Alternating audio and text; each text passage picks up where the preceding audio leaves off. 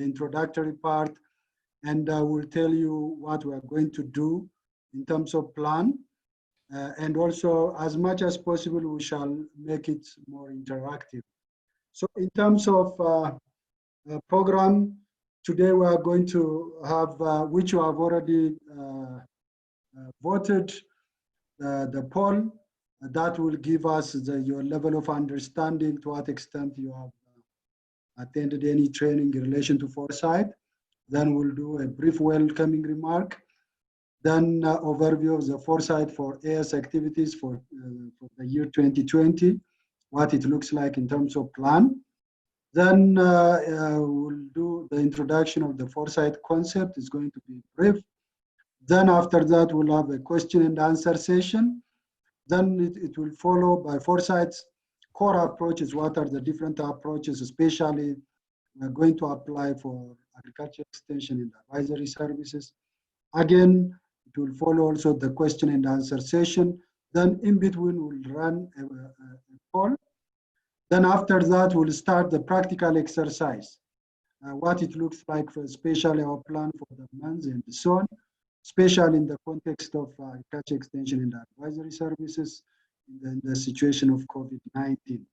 Then we'll have a general discussion and way forward, then we'll be closing the session. This session is going to be 1.5 hours, and I hope we'll manage our time and we'll finish on time. So as a grounding rule, kindly introduce yourself in the chat box, write your name and your country, and also your responsibility, so that we know who you are. Then if you have any question during the presentation, please use the Q&A box, so that our colleagues will be scanning those questions, and we shall try to respond, and also we'll bring some of the questions that really stimulate any discussion to the plenary session. Then after saying that, if Dr. Slim is around, we shall do the welcoming remark. Dr. Slim, is he around? If not, maybe I will ask Max to do a quick welcoming remark. Let me check. So maybe Dr. Slim, he will join us later, and maybe he's going to do maybe the closing. Yes, maybe. Okay, this is good. We are seeing, the results of the poll. So as you can see, majority of the respondents have never attended any foresight webinar or training. As you can see, close to 70%. And also the level of participants understanding about the foresight, the result, it shows that, again, majority, almost half of the participants do not have any idea about the foresight. And again, still close to majority, they have only some intermediate or medium level of understanding about the foresight. And regarding in terms of participation, majority of the participant will be from Eastern Africa, 75%, 13% from Southern Africa, and 6% from Central Africa, and also 6% from the West Africa. So that means East Africa is leading. I hope the rest of the regions, they will be joining us soon. We're expecting that. So far, we have 21 participants, including our first staff. We have so far 25 audience or participants in this webinar room.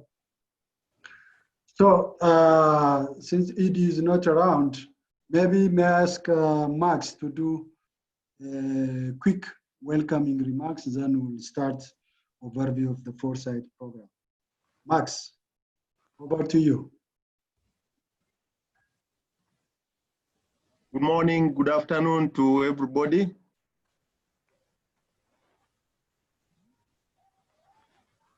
Good afternoon.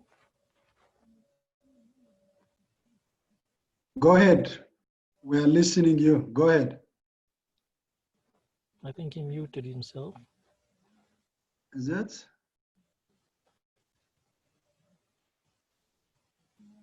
Max, are you there?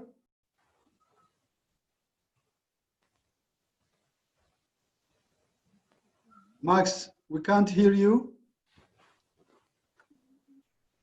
Sorry, I think I have a problem with the internet. Let me remove the video, the Now we can hear you. photo. Okay.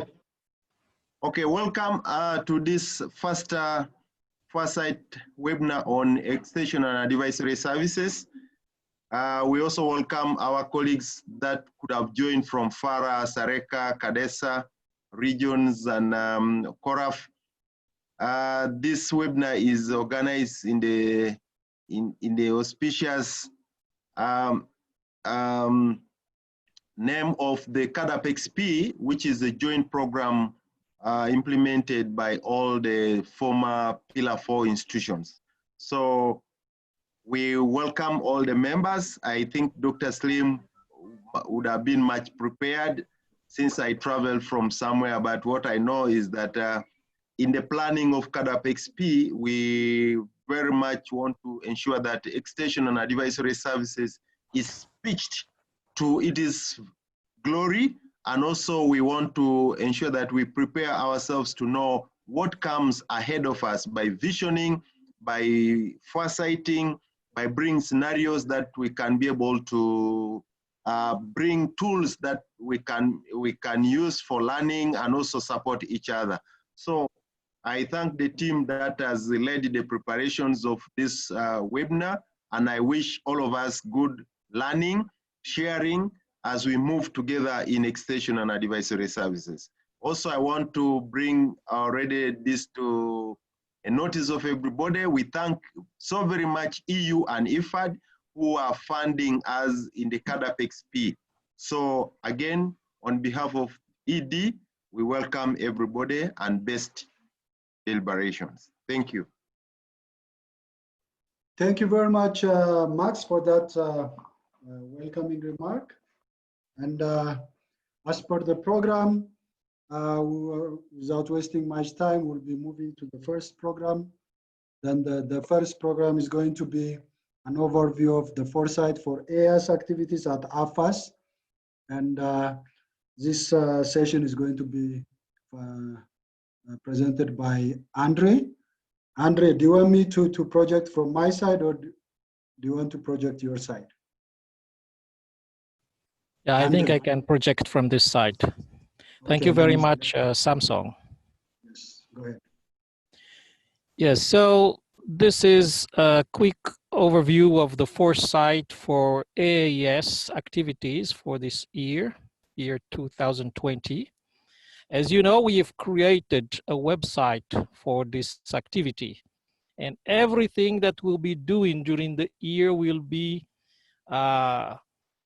posted in that website and visible worldwide, including this first presentation. So what is this program about? As you see, there is a virtual spiral going up here. It will be about learning, observing, preparing ourselves, adapting to new knowledge and approaches, forming, training in cascade, and also doing a lot of exercises. So for this year, we will have 4 exercises, and the following years, we will have also some exercises until the end of this program. And at the end, we hope to have some very consistent and relevant reports, conclusions, and policies.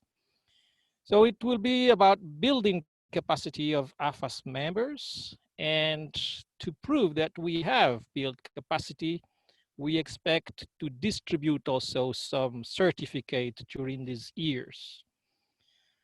Some key elements that we need to consider when we talk about this program, this initiative.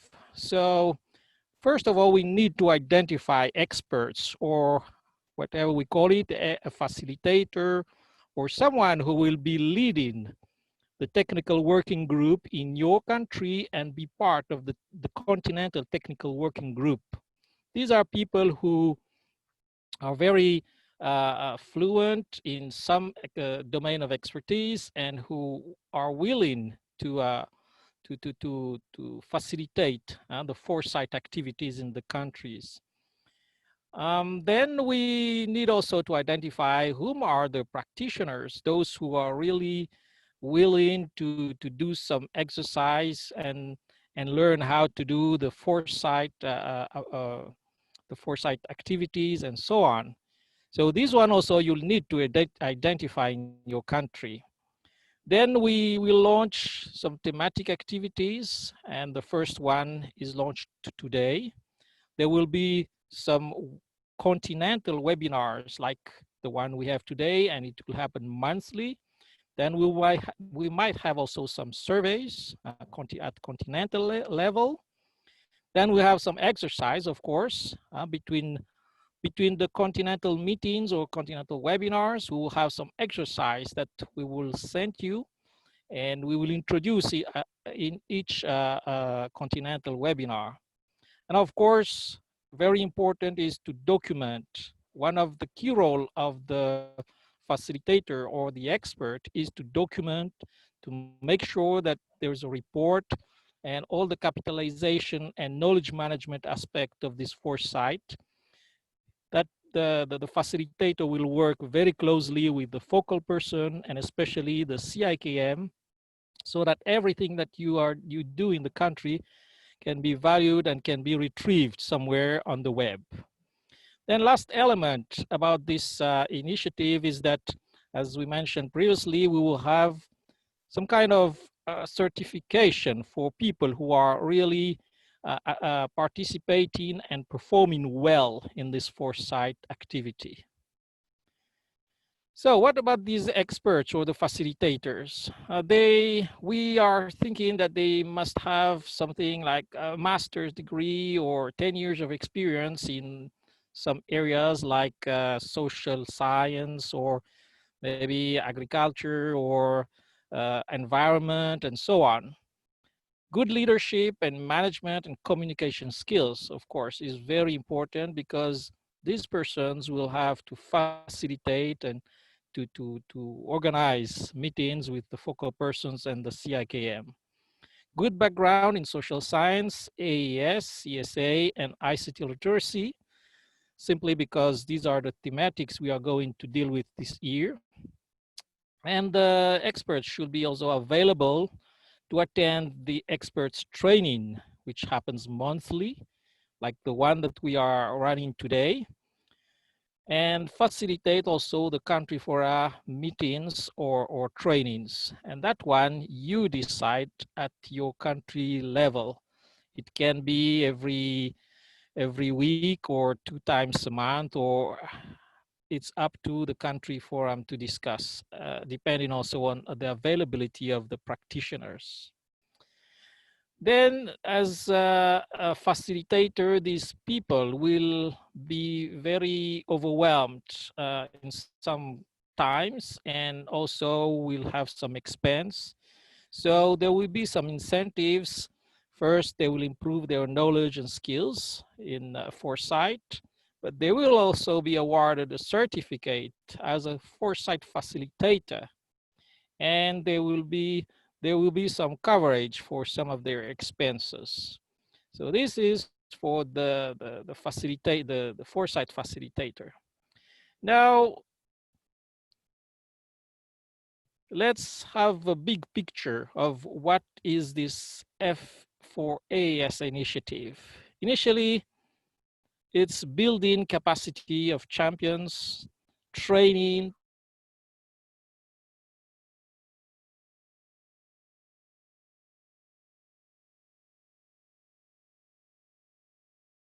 doing some practice the first year. Then the second year, we will widen and deepen the trainings and have new evaluation again. And then it continues like that. We want to democratize the foresight across the AFAAS network.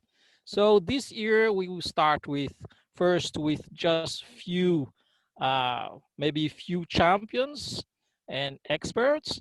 But as time goes, we want the foresight to be transferred to all the members of the AFAAS net, so that there will be a kind of behavioral change at continental level, which brings a lot of changes